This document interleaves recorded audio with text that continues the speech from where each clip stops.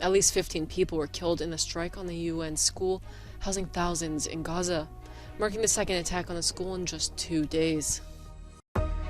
Thousands of people across the UK, France, and Germany took part in pro-Palestinian protests, calling for an end to the Israel-Hamas war. The EU's top official arrives in Kiev for talks with President Volodymyr Zelensky as Ukraine seeks membership of the EU. At least 15 people were killed in the Israeli strike on the UN school housing thousands of displaced civilians in the Gaza Strip. Dozens more were wounded. The attack comes just a day after a strike on another school converted into a makeshift shelter killed at least 20 people. This as 2 people were killed earlier in a strike by the Gate of Nasser hospital in Gaza City, an attack the World Health Organization has called unacceptable. According to Gaza's health ministry, at least 231 people were killed in the past day, while more than 9,400 Palestinians have been killed since October 7th, including 3,900 children.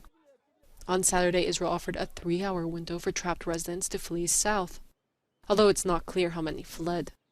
About 1.5 million people in Gaza, or 70% of the population, have already been displaced, according to the UN.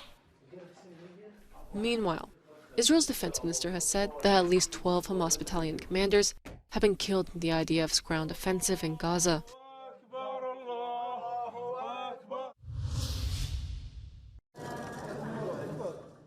U.S. Secretary of State Antony Blinken was in Jordan on Saturday for a bid to build support for planning a post-war future for Gaza.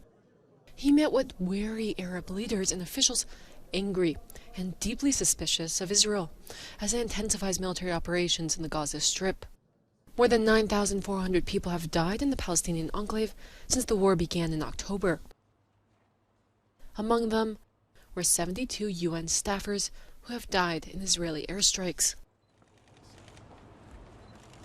Thousands are putting their lives on the line every single day to show up at work, to help people. I have extraordinary admiration for the courage that they're showing. Calls for humanitarian pause has increased as the UN has reported the average Palestinian in Gaza is surviving on 2 pieces of bread a day. And only 1 of 3 water supply lines from Israel is operational.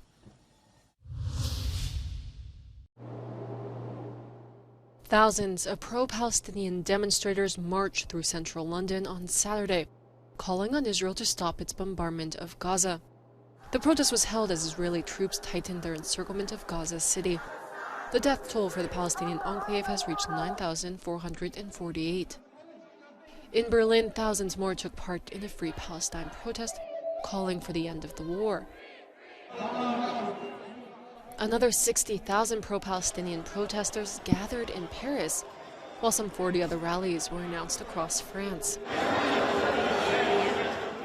Meanwhile, some families of the Israeli hostages taken by Hamas set up camp in Tel Aviv on Saturday, calling for their return. At least 242 hostages were taken from Israel into Gaza by Hamas militants on the 7th of October, and more than 1,400 people in Israel have been killed. European Commission President Ursula von der Leyen arrived in Kiev on Saturday morning for talks with President Volodymyr Zelensky. It comes just before the release of an EU report that will assess how Ukraine has gone towards meeting the criteria for EU membership. And it'll play a critical role in determining whether the bloc agrees to start formal accession talks with Kiev next month. Von der Leyen also paid tribute to Ukraine's railway workers. You have helped your compatriots to seek shelter in the European Union and come back home again. You got the grain and the vital products out of Ukraine and into the world. You keep the lifeline running.